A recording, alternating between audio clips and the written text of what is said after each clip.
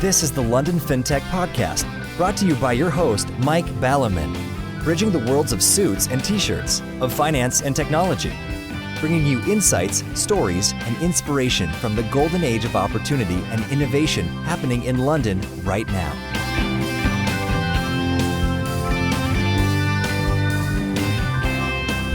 Hi, this is Mike Ballerman, and this is London Fintech Podcast, episode 102, brought to you in association with Blue Motor Finance, Capital.com, more on that anon, and Smart Pension. And I'm delighted to be joined today by Knox, CEO of Tandem Bank, to talk about whether app-only banks can become real businesses. Ricky has a kind of CV on LinkedIn that leaves me reaching for the happy pills and rather wishing I'd worked harder at school. Peeping through my fingers, I see that inter alia being things like INSEAD, Ricky founded GSM Systems in 2003, where he remains non-executive chairman, which now has partnerships with over 170 mobile operators in 70 countries. In 2005, he formed Small World Services, taking it from inception to a top 10 global money transfer business with nigh on 5 billion annual turnover.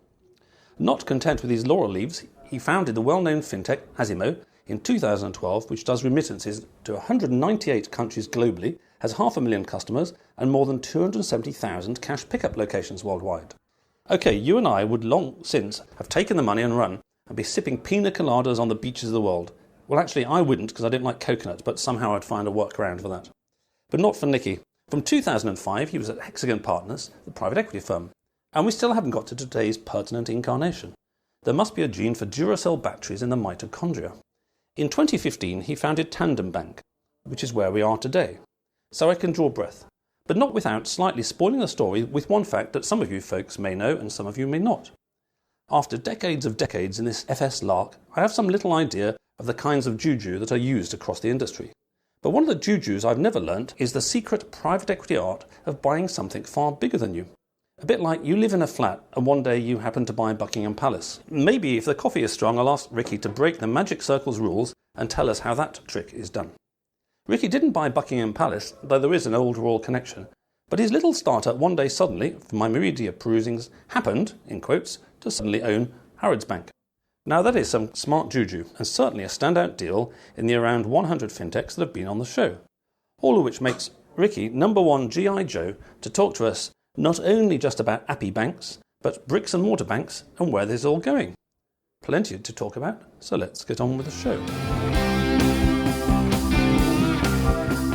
Hi Ricky, thanks for joining me today. Hi there.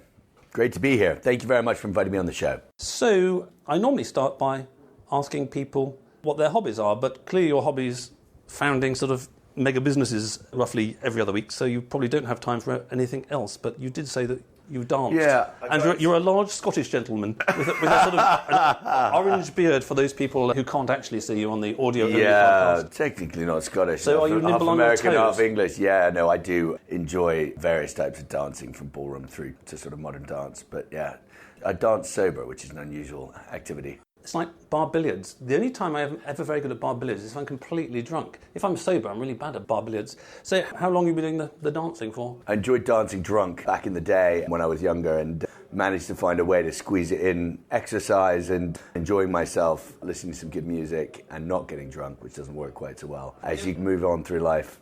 Indeed, and given when I was born, I was the kind of sort of generation when there wasn't really dancing. I mean, you shuffle on the disco floor, but I hated discos. Late in the 70s, there was punk, so I could jump up and down. Yeah. Although I'm not fit enough to jump up and down too much. So apart from a little bit of swing, that's about it. So, Of course, I have to ask you about your phenomenal career journey, and I'm sure everybody listening is very interested in the secrets of success. 6 ways to found your unicorn tomorrow, or just sort of more human stuff. So when you were a kid, did you think, one day I want to form loads of companies, or did you just sort of happen to form them by accident as it went along? No, it's a good question. So, I mean, to be fair, my dad's family are quite a family of entrepreneurs, but in a slightly different way from my career. So my grandfather on my dad's side founded the Cincinnati Bengals. He was an American football player and then founded a reasonably large American football team. And all of his brothers and sisters did things like, one of them had a massive chain of Burger Kings in California and various other stuff. My dad was a headmaster, so nothing there in the family. But I had always had an idea that entrepreneurship might be an interesting thing, although, I was growing up at school in the 80s when entrepreneurship was just about moving from a sort of rather sinful and disgusting thing, business and commerce being not that respected, coming out of the post-war years, moving into an era where, people like Branson were starting to make entrepreneurship sexy. And actually, I started my entrepreneurial career in an odd way when my uncle suggested there was this thing called venture capital, which was really going on in Silicon Valley, and I should really try and get myself involved in that. Which year is this roughly? Early 90s. And really there wasn't much of a venture scene in the UK. So actually when I started my career, I actually started LEK Consulting, which is a strat consulting firm, but managed to get myself sent out to San Francisco to find out what was going on in the Valley with all this internet thing that was going on at the time, and bring that back for the benefit of some of the large UK corporates and their strategy. And since then, the internet's somewhat caught on a bit. It did catch on a little bit. It's an interesting one because we've just been through, in the end of last year, a bubble in blockchain, which a lot of people are drawing parallels to the internet bubble in the late 90s, where suddenly everything was monstrously overvalued. But that's obviously left a bedrock and a legacy that's grown into, some pretty significant businesses today. Look at the top 10 largest businesses in the world, and there's just a couple of them that were involved with that little revolution. Absolutely. So you've got a family background, so you do have the genes, and you were in the right time just as it took off. This is one thing that Jordan Peterson has sort of publicised a little bit in terms of the Pareto distribution. Yeah. The Pareto distribution applies to everything from the size of black holes and galaxies to individual wealth, and success across societies.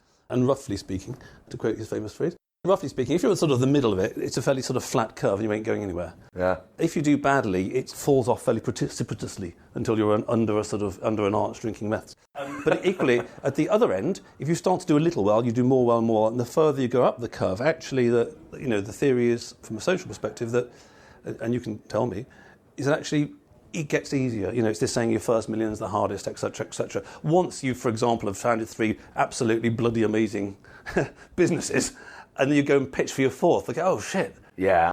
This guy's got the force with him kind of stuff. That's definitely true. Definitely gets a lot easier. And, in fact, by starting in VC, I was able to get some sort of pattern recognition on what does a good business look like? Because, most people obviously aren't really trained in spotting a good business opportunity. And VC is a great sort of school to go and look around and understand, and also watch other people make mistakes, which, are a very important part of the learning process. But, and then, went to INSEAD, which was a wonderful thing to do, but really doesn't necessarily help you with your ability to start businesses. You learn to write nice essays. Yeah, exactly. I made a good peer group and set up quite a number of my businesses with that peer group. So, good opportunity to meet people, but not really going to make an entrepreneur of you. And then started my first business, my brother, which was an opportunity that he'd spotted and had been working in for a time with GSM Systems. And then coming out of that business, I actually went non-executive because I decided to get married to my wife, who lives in the UK, and that business was based in the US. Started Clarity FX, which you don't actually mention. Oh dear, sorry, I've missed a few. No, it's fine. Which was a successful but very short-lived business that we sold in 2005, which was a sort of catalyst, or gave me the funds to start some of the businesses that I've started since. Yes, one point that you made, which was a very good one, that people may have missed, especially the sort of youngsters, the sort of 20-somethings, but I think it applies to all of us, and I think it's a really good attitude to always be learning, no matter how much experience you've got, because the world's always changing and none of us know everything. But the one you mentioned, which is to learn from good people. I get plenty of people pinging me saying, oh, I've got a great idea for a startup, and they think entrepreneur is somebody who goes out there and sort of nails the hole in one, or best chips in from a bunker at the side of the green for 2. Whereas, for the sake of argument, let's say I go to Mongolia. I'd actually be best advised to learn a little bit about Mongolia first, just to hang out there, see how they do things, how it works, what doesn't work, make connections and all that kind of stuff, before I then try and do something there. And in the same way, there are some people who, straight out of university, manage to create something and it works. But they're a tiny, tiny minority. It's like all these people you see on LinkedIn non-stop saying, oh, Steve Jobs is a great example to me. Steve Jobs is 1 in 7 billion, Maybe you're 2 in 7 billion, but the vast majority of people really benefit by learning something, which is very old school in a way. When I joined the city, I didn't know anything, and I learned from the elders and betters and then had my own ideas. And also recognising your weaknesses and recognising what you don't know, because it's what you don't know that's going to kill you. But taking the time, one of the things we were discussing before is, when I enter a new industry, I try and find one person who can describe exactly how the industry works in about 5 minutes. And you find there's remarkably few of those people around. But if you can track them down and learn from them about how the industry dynamics operate, and you really, most industries can be described in a few paragraphs. But it's amazing how many people, even CEOs, chairmen of large businesses, are utterly unable to see the external perspective on their business. So you've got to seek those people out. You've got to either hire them or work with them and learn from them before you go and dive into a new industry. And I've dived into quite a number of new industries, so important skill. Yes, talking about dancing and pre-pogoing days, I think it was 1977, the Hawklords album, where Bob Calvert sang, "It's the age of the micro man who sees the detail but never the plan." Okay, so you're busy doing all those things, and along with the internet, it all seemed to work out remarkably well. And there is obviously some kind of internal flywheel in your mitochondria or your cells or something, where you don't just go, oh, fuck it, I'm going to have some pina coladas. What gets you up in the morning, man? I have stopped off for pina coladas. Post Azimo, I spent a year in Bali before I started Tandem. And actually, technically, Tandem was founded in Bali, where I was in 2014. But we didn't sort of start hiring people back here until a little bit later. But I think, from my point of view, it's an interesting one because people are driven by different things. Some people are very driven by money, and actually, entrepreneurship is basically a bloody difficult way to go out and make money. If you really want to make money, you're actually much better off just going and becoming a top-flight lawyer or a banker in some ways. Not that you make a lot more money if you're lucky as an entrepreneur, but bloody hell, it's hard work. Yeah. So I think it's definitely one of those things where you have to kind of enjoy the game. I remember upsetting some investor a lot by describing business as a game, because I think he was feeling that his career had been very much more of a struggle than a game. But I think the idea of winning at the game, understanding the rules a little bit better, being able to rise up above it and see what's actually going on, spot those patterns and act on them without getting too bogged down in the detail is something that I've always enjoyed and sort of motivates me to go and do other stuff. And more recently, also doing something that drives social benefit as well, makes me feel good about doing what I'm doing. So if you look at the thread through what I did, GSM was bringing some of the first mobile networks to the developing world. Clarity was stopping the banks ripping people off on foreign exchange. Small World was helping make it a lot cheaper to send money home if you're an immigrant and sending money home to the developing world. That's a 5 billion turnover. And then Azimo, same thing. And at Tandem, we set out to build what we call a good bank, which is a bank that actually drives benefit for its customers, that actually tries to improve and enrich their lives, which is kind of, I think, a differentiator between us and some of the other guys that are out there. I think everyone's nice and cuddly and uses first names rather than last names, but I think that's certainly, as I progress in my career, increasingly a motivator in what I'm doing. Yes. Actually, funny enough, I seem to keep quoting Jordan Peterson. I mean, he suddenly had this world tour, his number one Amazon bestseller list, and sold by the SJWs and all that. But his message of pick up the heaviest boulder you can carry and carry it, and in doing that, actually, you'll feel better about yourself and you make the world a good place is a way to carry on. And also, I suspect that implicit in actually what you said was something that is associated with pina coladas in my experience of speaking to people over the decades, which is that if you've been very successful at something, and Kevin Keegan springs to mind, one of the England football managers back in the day, he'd been very successful, made a fortune, retired to sort of south of Spain, all that kind of stuff, and then he returns to be England football manager and gets loads of slagging by the press, the team's crap as always, it's a bloody nightmare. And somebody at some point said, what's wrong with you? What on earth will you give up sitting in the sun in Spain on the sun lounger and all that kind of stuff? But I suspect it's a bit like with you in Bali. There's nothing that sort of recharges your batteries as much as taking some time off. You feel knackered for a while, you enjoy it for a while, and then you start to feel a bit bored. And then you think, look, I want to do something other than drink pina coladas every day or take more photos or walk up Mount Agungan. Whatever it is. Nice. Mountain bike down Mount Agung generally. But yeah, exactly. I think that's exactly right. Which brings us on to this question, whether app banks can actually ever become real businesses, by which perhaps we mean making revenues rather larger than their profits and stuff like that, rather than just doing sexy raises all the time and being nice on social media and all this kind of stuff. And you're well placed, we'll come into more details of Tandem later, but you're well placed given that you've got one foot in the sort of bricks and mortar old school banking world and one foot in the we've got a nice app world. So let's just start with a super big picture here. Everybody who listens to the show will, of course, know what app banks are, probably use app banks. I mean, Tom's been on the show, Monzo, Nick from Revolut. But what's the big picture at the moment as you see it? And of course, you've stitched yourself up here because you said the ability to see the big picture is a really rare thing, and there are very few people who can do it well. Yeah, so, whether I can, that's another question. The first thing is, if we look at the global banking industry, this is a massive $1 trillion industry. UK revenue pools about 53 billion for retail banking alone. So this is, the largest single industry in the UK. And one of the interesting things is actually, right now, it is not very international. HSBC talks about being the world's local bank, but actually, if you want to open an HSBC account in France when you've got one in the UK, you still have to go through all the KYC as if you were a completely new customer. It's like a franchise. You sell a McDonald's, it's your McDonald's. Exactly. Under a common branding. So there really isn't, such a thing as a truly global bank. And I think that's important because I think there is an opportunity, and what you've seen in internet, in companies like Google and Facebook and even the more recent Uber, etc., you've seen this rapid globalization driven by one technology platform that then allows people to export internationally. We talk about sort of there being digital disruption in the banking industry. One of the big opportunities for those digital disruptors is actually to spread out quite quickly and become global banks. And if you look at some of the valuations that have been coming through, they've been looking like they've been pointing that direction. But more on that later.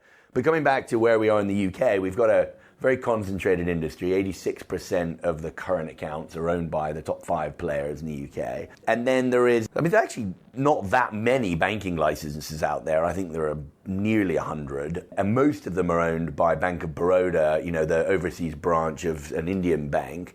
But there is a tranche of what are being currently called challenger banks, which were really started about 5-10 years ago, with a bunch of private equity banks there to take advantage really of the niches that the banks were leaving behind. So a friend of mine at JC Flowers was talking about their experience in the sector, and he said, absolutely, we have no intention whatsoever of challenging the banks. It's a total misnomer. We're attempting to pick up the scraps that they've left behind and do so extremely profitably. So those guys have done well, and they IPO'd all of, £1 billion valuations. Shawbrook un-IPO'd, didn't it? Yes, Shawbrook un-IPO'd because Lindsay felt that the markets weren't valuing what she was doing quite highly enough. But, Shawbrook, Aldermore, One Savings, all did a good job and returned great returns for their investors. Just in passing, putting this into context, because it is possible to be too internety at this stage. Aldermore, Shawbrooks didn't found that long ago, not that much further ago than some of these appy banks, and suddenly they're billion on the stock market. So the old school model isn't as stupid as it looks, because you can create an old school bank and be very successful as they have been. Yeah, and I think actually they're very much not tech businesses, and I think there's a big differentiation between tech businesses that happen to do banking and old school banks that happen to have tech, and I actually put us in the former camp, but more on that in a moment.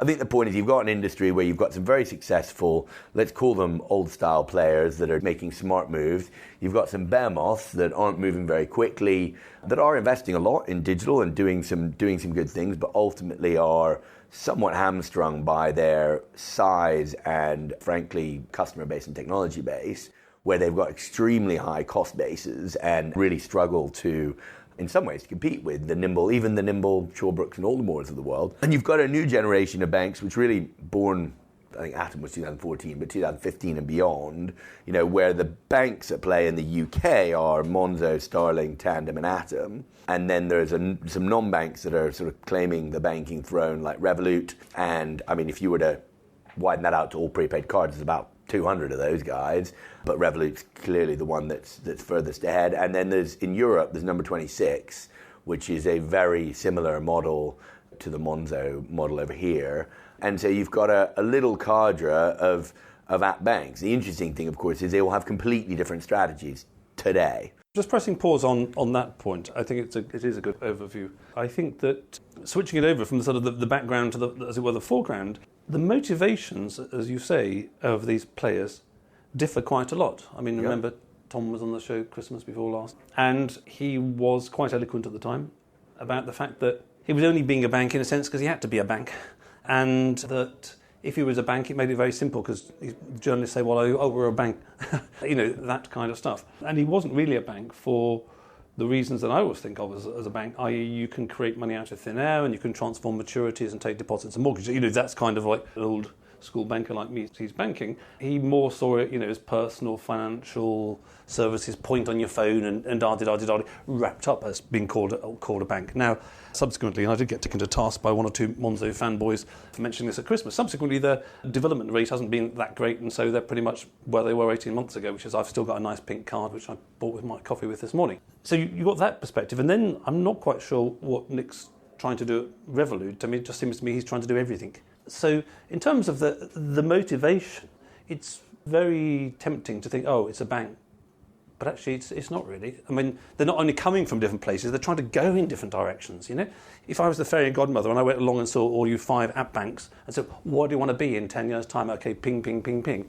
You may find that some of these circles in a Venn diagram don't really overlap very much. Yep, I'd agree. And I think to take what I'd call probably the biggest outlier first, which is Atom, which is a great business, has built probably by this time $1.5 billion of balance sheet, but very much a traditional bank run by experienced bankers looking to build friendly. I mean, and the guys here are from First Direct, so obviously one of the few banks in the UK that has a very positive net promoter score and is well loved by its customers, and looking to build essentially a digital bank because digital costs less. And I think there's a little bit of a misnomer here, but actually to build essentially a digital building society, because they've got mortgages and they've got fixed term savers and they make margin between the two, and not an awful lot of that right now.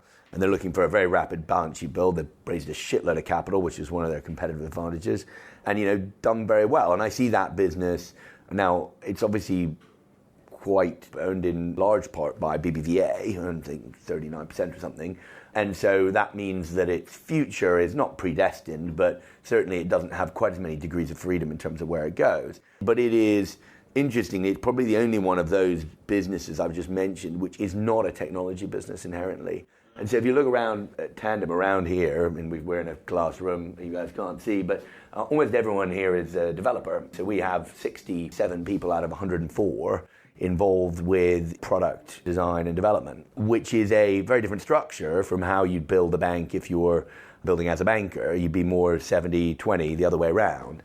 So I think Atom is the outlier in not being a technology business. So if I could just summarize a bit, so Atom is a bit like, just simplifying it and caricaturing it, old school bankers who are building an old school bank in the modern world using modern technology. And who've said mobile bank. And they said that's enough. And our personal view is that in terms of strategic advantage, the mobile interface bit is really only a 2-3 year advantage, because actually the banks are doing a pretty good job of doing much better mobile apps.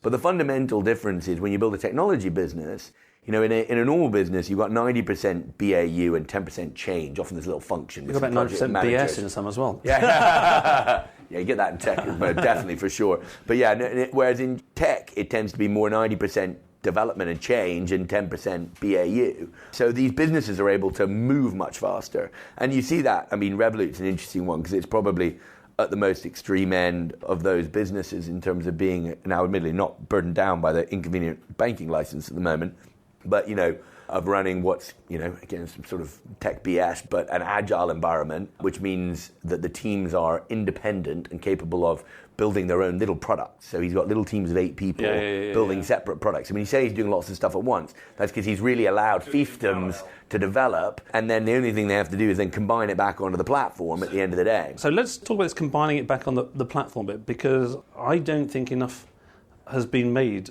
of this point. I mean, you've got a phone there which is befitting slightly larger than my phone. My phone's large enough, but it's not that many square inches. And what it strikes me, and I've never really heard people emphasise it, largely because it's probably in their benefits not to emphasise it, but we all use phones, we all use apps. Some of them are better, some of them are worse, but the ones that are quite nice are relatively simple.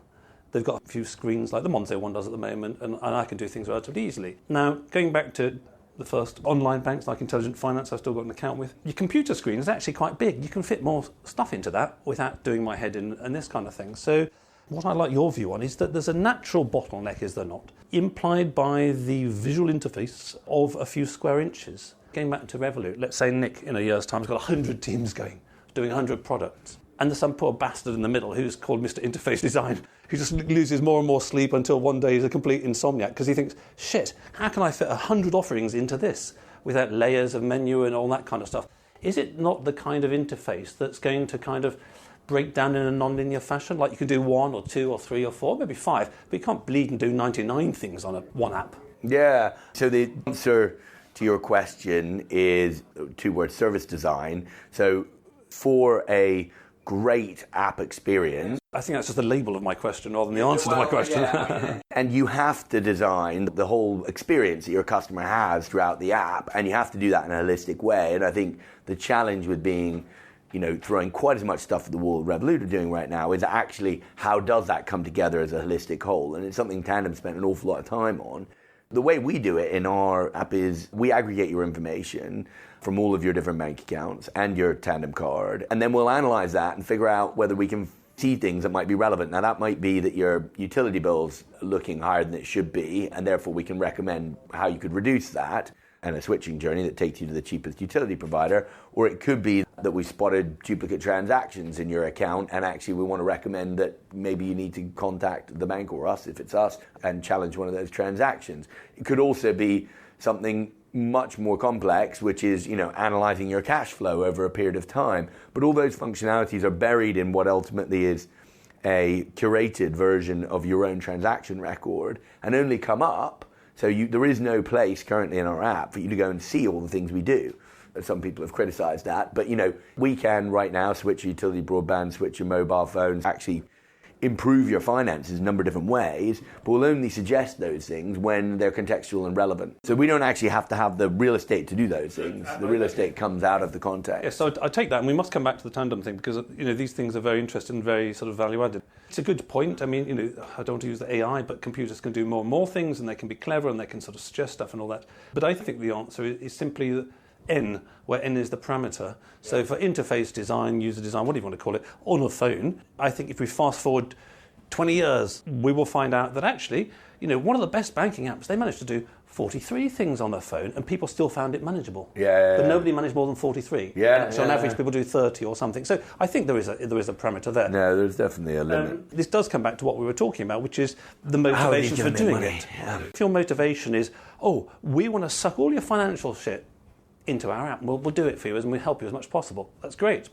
But actually, there's quite a lot. I mean, I've got pensions, I don't have a mortgage anymore, I might have a mortgage, I've got investments, I've got business account, I've got a personal account, I've got kids and stuff, and there's all this stuff just floating around, which it would be nice to integrate. Yeah, and Tandem does allow you to pull almost all of your stuff into one place. Whether we do your business account in one place it does think technically we could, but it's probably not what we're doing.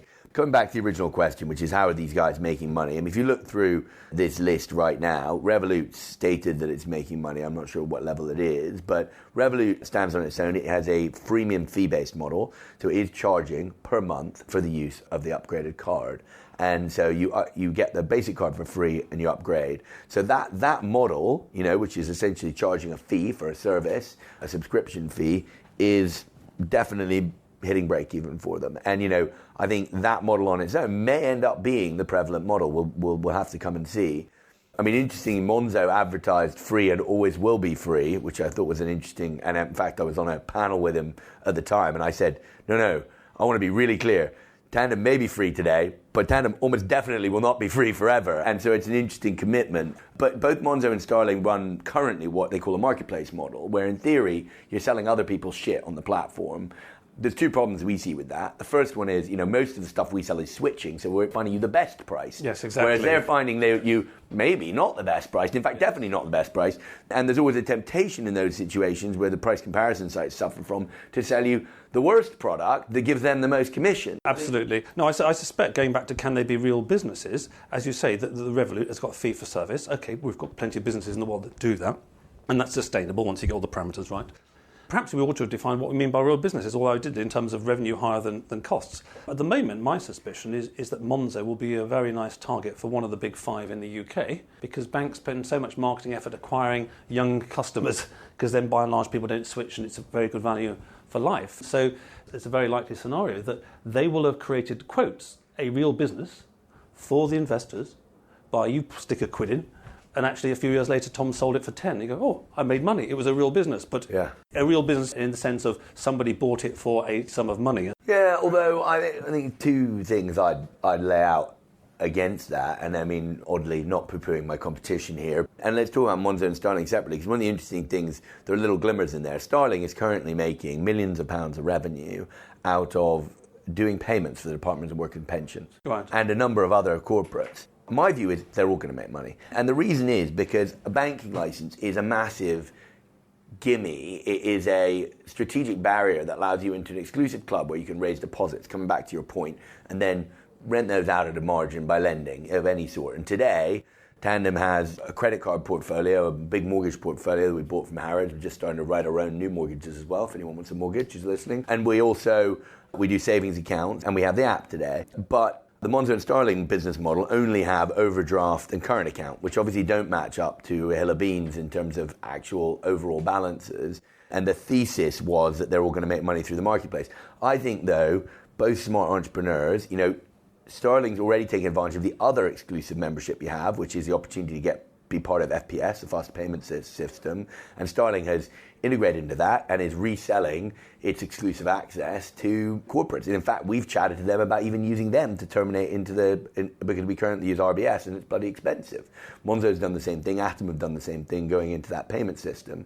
So that's one way that these things could make money. But if you look at Monzo, already they're moving from where they talked about marketplace and APIs a lot in the beginning, the Starling's executed on, and they're moving away and talking about loans and talking about other categories. So I think you'll find Monzo ends up being a balance sheet business and ends up making money that way, or adds a fee and moves towards Revolut. There was a smart investor I met early on who has actually invested in Atom, so he wasn't that smart. No, I'm sorry. Who said, and I said, we're all this is different, that's different, the other's different. He was like, Ricky, if it's really smart and it's working, the others will copy it. Just give them 2 years. And he was absolutely right, and whether that's, Revolut's fee-based model or our balance sheet strategy, I do think people are smart enough to move around. So in that way, we've got sort of an ecological Darwinian process going on. Yeah. People try this niche and that niche, everyone's looking over the shoulder at everyone else. And Agreed. And then what's muddying the waters, my prejudice aside, what's muddying the waters is that this process, looking over your shoulder and changing your mind, is going on at the same time as implementing your strategy, is going on at the same time as some of your developers are working fast and some of them are working slowly. Yeah. And, you can have these grand visions, but if your developers are sort of coming in at 10 and going home at 4 in the afternoon and taking long lunch breaks, you don't get much stuff developed. Yeah. And you're slightly sort of tacking to that. So you've got all these things swirling around at the same time. So in terms of the list of the app-only banks, you're positive on the sector, which is good and probably necessary if you're in the sector. I think I'm a little bit more sceptical from the outside. I think they're all wonderful businesses. I think they're brilliant experiments, but a bit like you were talking about the interweb in the 1990s, not everything made it alive through the dot-com bubble. Very true. And I suspect not every fintech that I've ever met in my life will be around in 10 years' time, whether they just sort of disappeared because they ran out of money and the VCs got fed up of throwing money into the hole, or whether they sold themselves, or whether they're sort of an ongoing business. And then Tandem Bank. Well, let's just start with sort of the first bit. So one day you formed Tandem Bank, or Tandem Money as it was. It wasn't a bank at the time. And then going back to you're walking past Buckingham Palace and you with your shamanic private equity tricks go, I'll have that. And then you sort of kind of got it. And I'm not completely joking because, of course, back in the day, Harrods did actually have a royal licence. And or certainly in my early days in London, it was a very sort of royally associated place, but lots of a story there. So anyway, so you're wandering along, with your beard and check shirt, and then you suddenly decide to buy Harrods Bank. So how does that work then? Yeah, so, well, there's an interesting one. The truth is, and we bought Harrods with equity, and in the same way, I think a number of businesses support larger, more established businesses over time. The market was valuing our equity significantly higher than it was valuing the equity of a loss-making bricks and mortar bank. A little unfair to call Harrods bricks and mortar because they had one store in sort of the 6th floor of the store, but actually the business was primarily online savings. And let's be real here, you type something in online and then somebody went and printed it out and typed it into the old-fashioned system, and then the other side manually underwritten mortgages, and mostly larger mortgages in central London. What size of kind of balance sheet or deals were we talking? It was about 400 million. It was about 370 of mortgages and about 400 million pounds worth of savings account. But actually underlying a nice business, apart from the fact everything was run manually down to statements, and therefore there were hundreds of people running those systems. I think, from a Tandem perspective, first of all, we were lucky in that, our equity was valued more highly than theirs, and therefore we were able to buy it for a minority stake in Tandem. And essentially that business came with a large amount of cash already on the balance sheet, and excess equity that was not being deployed by their current strategy. So we essentially raised money and got a bank with it. We've now migrated all those customers over about 3 weeks ago. Over onto? They're onto Tandem systems. All of them are in, and the migration's essentially complete. We've handed back the office. It's not actually in Knightsbridge, it's down in Hammersmith a couple of weeks ago, and we've integrated a number of their team into the Tandem team and closed the doors of what was Harrods Bank. So in a sense then, I mean, you're talking about sort of balance sheet-based apps. Are you just, in terms of like snakes and ladders, trying to leap 10 squares up the board by doing it? Because suddenly you acquire several hundred million of money. That's precisely it. And, we believe, and our belief has always been, that to make money as a bank, the best way to do that is net interest margin. It's a traditionalist view. But it's worked for centuries. You have to build a significant balance sheet out of which you make a significant amount of money. Now, obviously, our credit cards make a bit more money on 18.9% rather than 2-3% on mortgages, and that gives us an opportunity to provide more service to our customers and also to hit break even at a lower balance sheet size. Because if we were talking about the difference between our, let's call it our fixed-term saver, which top rate is 2.3% right now, and our mortgages, which are at 3% roughly, that's only 70 basis points of margin. You have to have quite a big balance sheet to cover, and almost all of these businesses have 10-20 million pound cost bases, so pretty significant cost base. So to cover that, you need a big balance sheet. But if you then do a bit of basic math and say, well, my card at roughly 19% minus a loss rate, which is low single figures, minus a cost of capital at 2%, you're making over 10% of net interest margin on that. So to cover a 20 million pound cost base, you don't have to have the most enormous balance sheet when you're making 10% NIM on it. So you can become profitable at quite a at a 200, 300 million pound balance sheet. So would it be fair to say, just in sort of simple terms for bears of small brains like me, that you're sort of halfway between the atomy, more old schooly stuff, and the sort of Monzo-y, Revolut, Starling-y, just pure new world stuff? Yeah, I mean, in some ways I've sort of objected to the description, although I do know what you mean. I think the truth is all of these businesses will need to move to balance sheet if they're going to maintain a banking license. So I'd like to say I'm a step ahead of Monzo and Starling, who will soon realize that they have to increase their balance sheet in order to catch up. But when you look at the other facts, so a level of customer engagement, and this is a really interesting comparison between Revolut, Monzo and ourselves. So Revolut is at customer engagement running at about 30% of their customers, 35% of their customers are engaging on a monthly basis. Monzo is running at more like 60, 70%. We're running 82% monthly active users. So we've got a much more highly engaged base, which is the sort of digital nirvana that these guys are all looking at. While Atom, they're selling mortgages, the guys probably look at it, at least once a year, whether they need to or not. So I think Atom is in a position, if we were to look at engagement rates, where it's definitely lagging the pack rather than leading the pack. Right, okay, so just drawing the line in a different way then. So if, in this context, we look at Atom more like, shall we say, a Shawbrook or Aldermore that hasn't been successful yet, and it's digital friendly, but it's more in that mentality. So let's put them to one side. Then on the sheet of paper, you've really differentiating the main ones of Revolut, Monzo and Starling by how much stuff they're doing at the moment, and how much money they're making and that kind of thing. And as you say, that your vision is that all of them, and certainly the hassle of being a bank, as we all know, is considerable, and the cost and the regulatory burden and yada, that if you're going to be a bank, you might as well be a bank, as it were. So you just think that you're further ahead. And I think there's a strong argument to be made for that. I'm pretty convinced. Right, so we've covered a lot of ground there and very deep insights. So before we wrap up the show, I'd like to thank all the listeners out there and my brand partners for the podcast. And it's a very exciting podcast because today I'm introducing a new one, Capital.com. I'll have Ivan Gowan, who's their CEO, on the show soon. He's got an interesting background in terms of coming from 15 years at IG Index, who are absolutely massive over here, where he ran hundreds of people. And it just occurred to me this morning, in the sense that Capital.com, who've got a trading platform and an app to allow you to trade, are in a sense the ultimate disintermediators in the market they're in that they cut out completely, as it were, investment management, because you can just do your trading directly. Anyway, more about them anon. And there's also a huge flag to wave for Blue Motor Finance, who in the recent 2018 FT1000 turn out to be the 21st fastest growing business in Europe, the fastest financial services growing, and the second fintech. And don't ask me the difference between financial services and fintech. So anyway, they're all doing absolutely amazing, which makes me very pleased.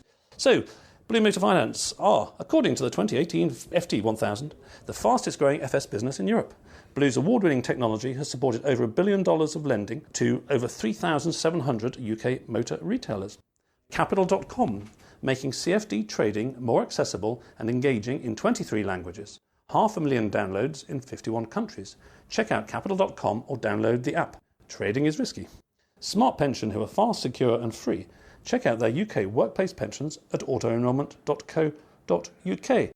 So, Ricky, you mentioned sort of many things that your Tandem does for people. So if a listener out there, I assume it's just UK listeners at the moment? It is, just for now. Okay, so people, what is in the UK, go to Tandem and get one of the things. What do they actually get and what can they do with it and why should they? So tandem.co.uk is our website. The app and card, and ideally get both. You can get them both on our website. Obviously, download the app in the App Store. The app allows you to bring in all your different accounts and analyzes them, helps you optimize your finances. So you can link your Barclays or Lloyds or HSBC or pension into that interface, and it allows you to see everything in one place, but also uses algorithms to drive out insights from that, how you can save money, reduce your bills, put your money in a better place. So if you've got your money suboptimally allocated, it'll spot that. And it's best used with the card, because if you get the Tandem card, it's a credit card, which is different from some of the other players. We deliberately think you shouldn't be replacing your current account right now with this. You should get this as an addition and aggregate your account into the system. And the card is a brilliant card if you're going on holiday, planning to spend any time outside the UK. It's 0.5% cash back.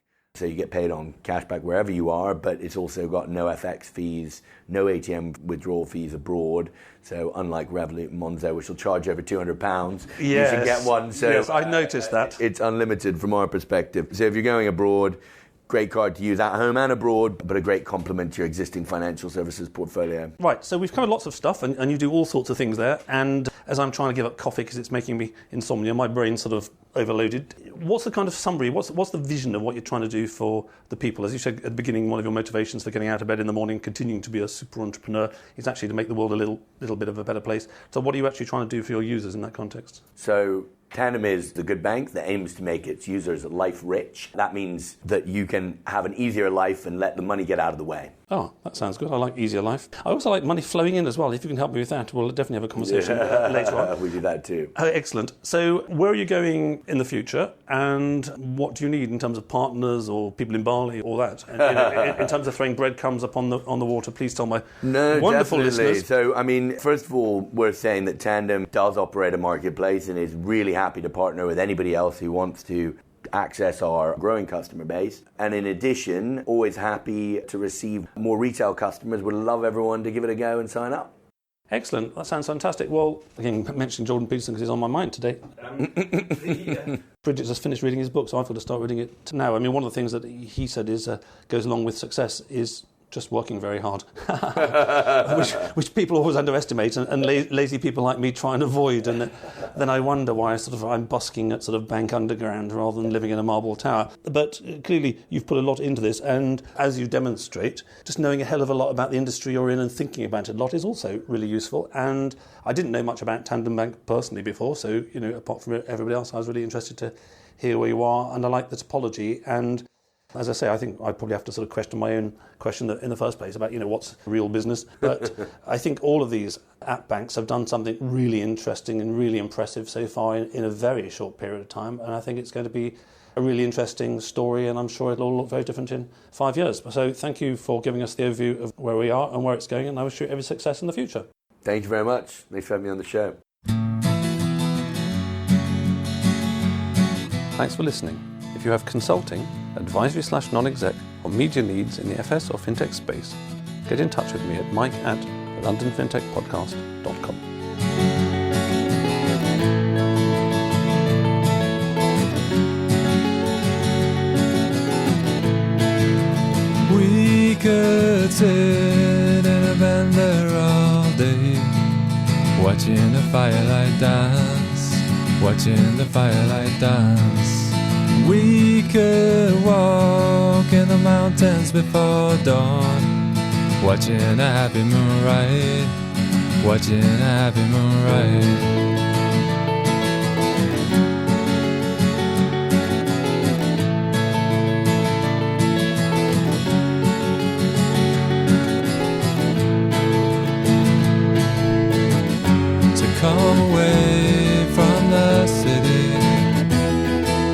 tarmac so dead, and the people so sad. Come away from the city, with the faces so grey, with the pain of the everyday.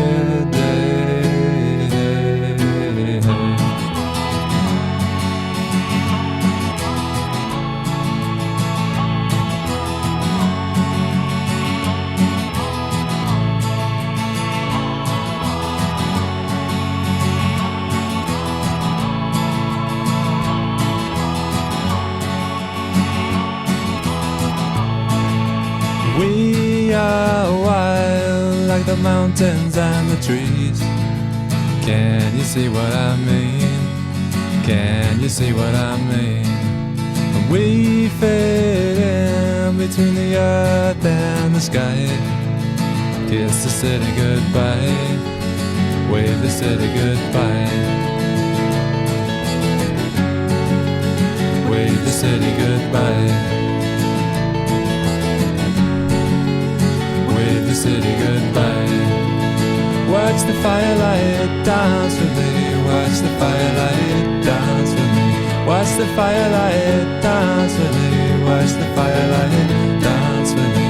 Watch the firelight dance with me. Watch the firelight dance with me. Watch the firelight dance with me. Watch the firelight dance.